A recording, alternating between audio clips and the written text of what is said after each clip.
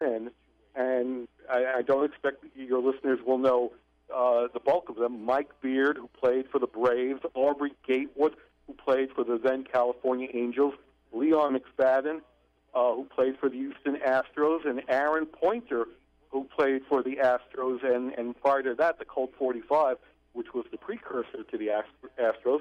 They're all from Little Rock, and at the very least, Brooks Robinson hasn't even done anything for those guys from his home state. So I think a lot could be done more. I've said publicly this is a partial victory. Look, let's be honest, who in this economy would really turn their nose up at $10,000? But as Jimmy has told me in private conversations, it's not enough to fill up my gas tank with gasoline. Right. Well, and I guess, you know, by the nature of the names that we're talking about, and certainly the experience that these guys would have had to go through to find themselves essentially in this group, it would seem that not a lot of fanfare obviously being paid to their plight, to the settlement thereof. And I have to imagine, as we talk over some of these names, which are obviously not household names by any stretch of the imagination, does the lack of star power amongst these guys inhibit the cause to some degree? Absolutely. I couldn't agree with you more. Number one, I want to address one point that you sort of alluded to. The message isn't getting out there. You know, the NFL retirees, people like Lem Barney and Mike Ditka and Carl Eller, whenever you hear about the sad state of affairs with an NFL lineman or a defensive end, you're always hearing those three names, bang the drum. They're on top of their soap speech, and they always are advocating for their men. Why isn't Brooks Robinson doing the same? If you and your listeners read the current SI, there was a really tearful article about the late John Mackey, the great deceased tight end. He used to go on over the middle. He was the first president of the NFL Players Union, and it reduced me to tears, because this is a man who, you know, was trying so hard for the future generation. Well, don't you think you owe the people who came before you some respect as well? And that's my whole argument. You know, it's great, again, not to sound redundant, it's great that you know, a Mark Reynolds or a J.J. Hardy or an Adam Jones or a Nick Markakis can take advantage of the money that's being doled out these days. But it's really because of the people like Jimmy Hutto and Tim Nordbrook and Jim Fuller who paved the path to allow these type of salaries. And if there's not a lot of, you know, buy-in from the Colorado-based Alumni Association, headed by a fellow by the name of Dan Foster, who's the executive director, certainly Brooks Robinson would be the penultimate poster boy to lead the charge. And we're not hearing anything from Mr. Robinson. And I know he, in the past, has been a tad ill, but the bottom line is he's had 31 years to remedy this situation.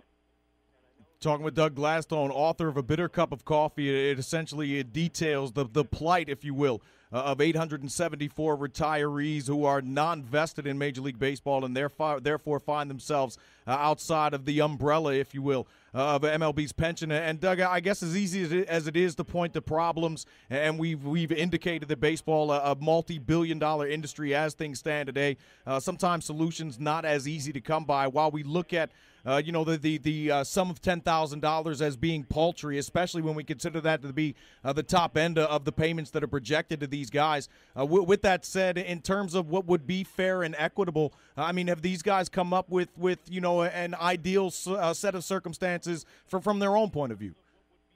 From what I have heard, most of these men would appreciate spousal payments that are able to be passed on to their loved ones, and health insurance.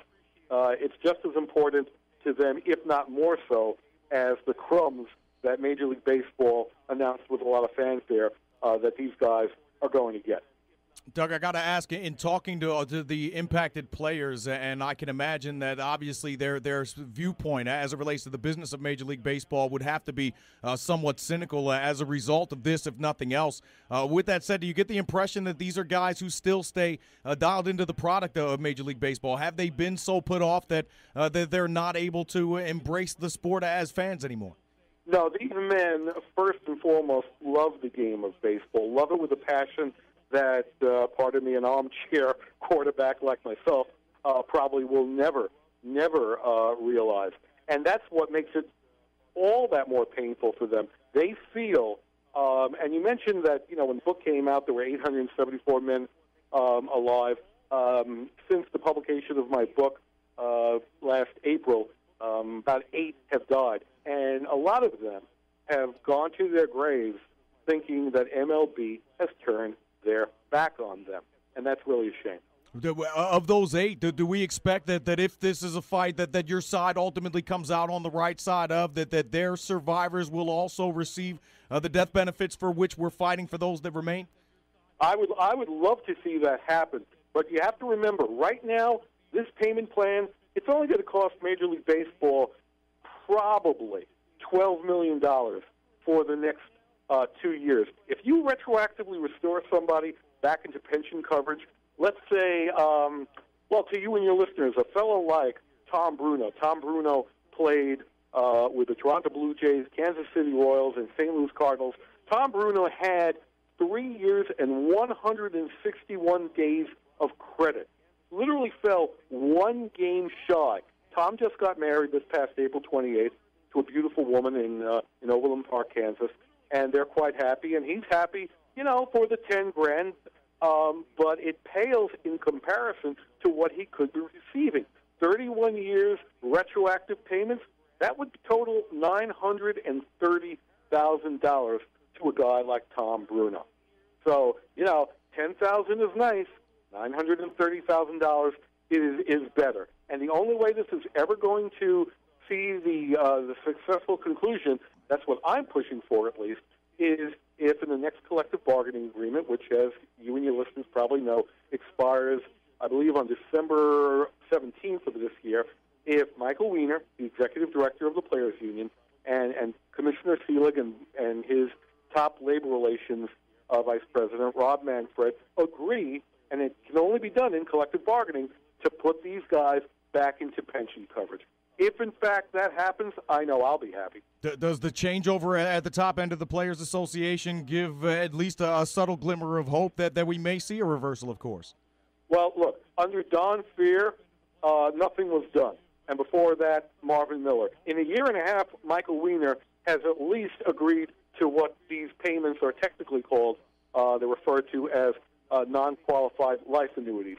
So he took a partial step in the right direction, but I believe Mr. Weiner can do more. While not nearly enough, we'll count it as exponential progress. Doug Gladstone, tell us about the book, where we can find it, and for those that are interested in adapting the cause, let's say, how do we make our opinions known to the powers that be of Major League Baseball, and who best to direct these poignant opinions toward?